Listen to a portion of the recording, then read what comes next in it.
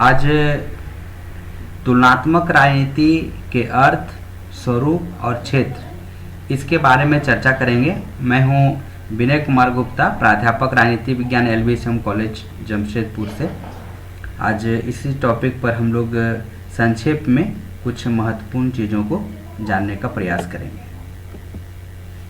तुलनात्मक राजनीति का महत्व, इम्पोर्टेंस ऑफ कॉम्परेटिव पॉलिटिक्स।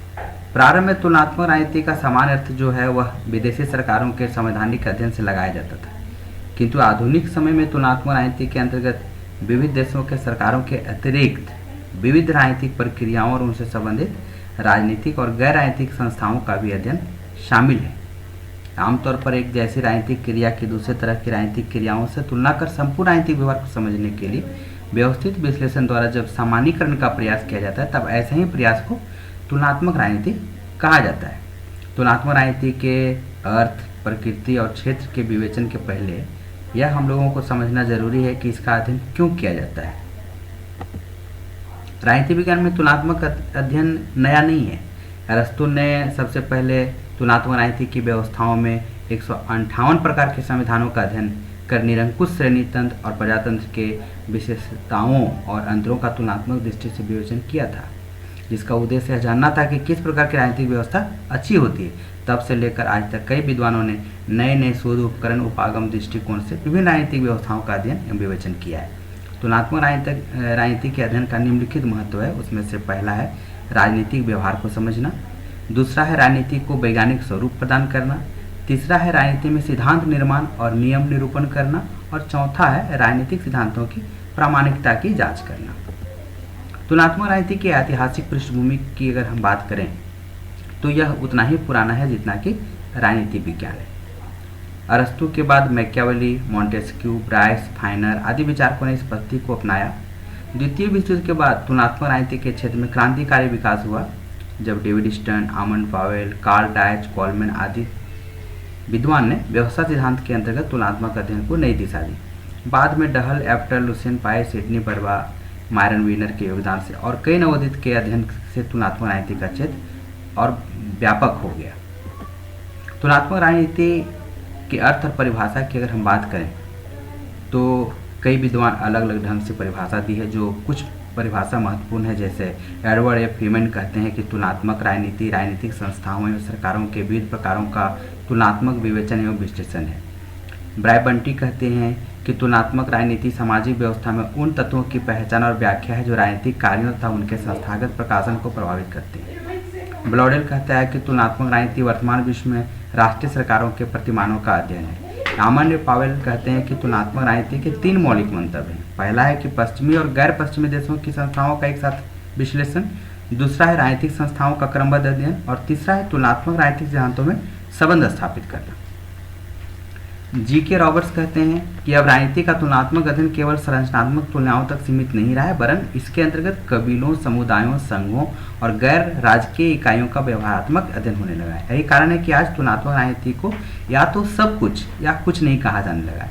अर्थात तुलनात्मक राजनीति, जिसका प्रारंभ में विविध सरकारों के तुलनात्मक अध्ययन तथा आदर्शात्मक आयामों से था, अब व्यापक हो गया है। और आज तुलनात्मक राजनीति का सिर्फ सरकारों के अंगों का अध्ययन नहीं है, उसके अलावा गैर सरकारी संगठन और कई प्रकार के राजनीतिक तत्वों का अब अध्ययन इसके अंतर्गत में शामिल हो गया है। तुलनात्मक राजनीति और तुलनात्मक शासन, ये दोनों के बीच में क्या अंतर है? कभी कभी दोनों को एक ही माना जाता है, लेकिन यह एक नहीं है, इन दोनों के बीच में अंतर है। तुलनात्मक शासन के अंतर्गत विभिन्न राजनीतिक व्यवस्थाओं, उनकी संस्थाओं और कार्यों का तुलनात्मक अध्ययन होता है, जबकि तुलनात्मक राजनीति के अंतर्गत इन बातों के साथ साथ दूसरे उन सभी विषयों का अध्ययन होता है जिन्हें हम गैर राज्य राजनीति के अंतर्गत की संज्ञा देते हैं। तुलनात्मक राजनीति के अध्ययनकर्ता शासन के विभिन्न अंगों से संबंधित संरचनाओं, क्रियाओं, निर्णयों अथवा राजनीतिक दलों और दबाव समूह से आगे बढ़कर गैर राजनीतिक संगठनों जैसे कबीलों, निजी संस्थाओं इत्यादि का भी अध्ययन विशेष रूप से करते हैं, क्योंकि इसका प्रभाव भी राजनीतिक जीवन पर पड़ता है। तुलनात्मक राजनीति की प्रकृति क्या है? तुलनात्मक राजनीति की प्रकृति के बारे में भी विद्वानों में मतभेद है, लेकिन हर एक विद्वान को अगर लेते हैं तो एक 2 प्रकार के दृष्टिकोण सामने आते हैं। एक प्रकृति को कहा जाता है तुलनात्मक राजनीति अनुलंब तुलना के रूप में, comparative politics as vertical comparative study, और दूसरा है तुलनात्मक राजनीति अनुप्रस्थ तुलना के रूप में comparative politics as horizontal comparative study. तुलनात्मक राजनीति अनुलंब तुलना के रूप में कहने का तात्पर्य है कि जब प्रत्येक राज्य में सरकारें विभिन्न स्तरों पर होती हैं, अथवा दूसरे शब्दों में कहें तो सरकार दो प्रकार की होती है, एक को राष्ट्रीय सरकार है या दूसरे को स्थानीय सरकार कहते हैं, प्रादेशिक सरकार कहते हैं। इस प्रकार संक्षेप में राष्ट्रीय और स्थानीय सरकारों के बीच तीन समानताएं देखी जा सकती है: आर्थिक साधनों की समानता, नियमों की समानता, शक्ति की समानता। लेकिन ये समानताएं बहुत ज़्यादा अंतर होता है, इसलिए इस प्रकार का अध्ययन, इस प्रकार का दृष्टिकोण से, स्वरूप से अगर हम अध्ययन करते हैं तो यह बहुत ज़्यादा सटीक नहीं बैठता है। यह अध्ययन अनुलंब मतलब कहने का तात्पर्य है ऊपर से नीचे या नीचे से ऊपर हम अध्ययन करते हैं, तो इसे हम कहते हैं अनुलंब तुलना में अध्ययन। और दूसरा जो उसका स्वरूप है अध्ययन करने का, वह तुलनात्मक राजनीति अनुप्रस्थ या क्षैतिजीय तुलना के रूप में, उस प्रकार का अध्ययन। इसमें क्या है कि प्रकृति संबंधी तुलनात्मक राजनीति की दूसरी विचारधारा के समर्थक यह मानते हैं कि राष्ट्रीय सरकारों का अनुप्रस्थ तुलनात्मक अध्ययन, अधिकांश राजनीति शास्त्री इससे सहमत हैं कि यह जो स्वरूप है अध्ययन करने का, यह सामान्यीकरण इसके अंतर्गत में संभव है। राष्ट्रीय सरकारों की अनुप्रस्थ तुलना के दो अर्थ हैं: पहला कि एक ही देश के विभिन्न समूहों में उपस्थित राष्ट्रीय सरकारों की तुलना, और दूसरा है संपूर्ण विश्व में व्याप्त समकालीन राष्ट्रीय सरकारों में तुलना। इन्हीं दो तुलनाओं का विश्लेषण करके तुलनात्मक राजनीति की प्रकृति को अच्छे ढंग से समझा जा सकता है। एक राष्ट्र की केंद्रीय सरकारों की ऐतिहासिक तुलना, तुलनात्मक राजनीति में एक ही देश में व्याप्त राष्ट्रीय सरकारों की ऐतिहासिक तुलना इसके विचार को व्यापक बना देती है। प्रत्येक देश की वर्तमान राजनीतिक व्यवस्था के पीछे एक लंबा इतिहास होता है। आधुनिक राजनीतिक संस्थाओं, प्रक्रिया और व्यवहारों की तुलना भूतकाल के संदर्भ में की जा सकती है। इस प्रकृति को समझना आसान होता है, लेकिन ऐसी तुलना की सीमित उपयोगिता होती है। समसामयिक जगत में राष्ट्रीय सरकारों के अनुप्रस्थ तुलना तुलनात्मक राजनीति की प्रकृति का यह सर्वमान्य धारणा मानी जाती है। इसके अनुसार तुलनात्मक राजनीति समसामयिक तुलना में व्याप्त राज्य सरकारों का तुलनात्मक अध्ययन है। इस प्रकार की तुलना सामान्यकरण की ओर ले जाने में सहायक होती है और राजनीतिक व्यवहार के संबंध में इसके द्वारा ऐसे सिद्धांत विकसित किए जा सकते हैं जो हर देश की राजनीतिक व्यवस्था को समझ सके। तुलनात्मक राजनीति के विषय क्षेत्र को लेकर परंपरावादी और आधुनिक राजनीति शास्त्रियों में गहरा मतभेद है। परंपरावादी जो राजनीति शास्त्री हैं वह तुलनात्मक राजनीति को संकुचित अर्थ में लेते हैं और उसके अनुसार तुलनात्मक राजनीति जो है वह सरकार के औपचारिक संगठनों का ही अध्ययन करती है, उसके संरचनाओं का अध्ययन करती है।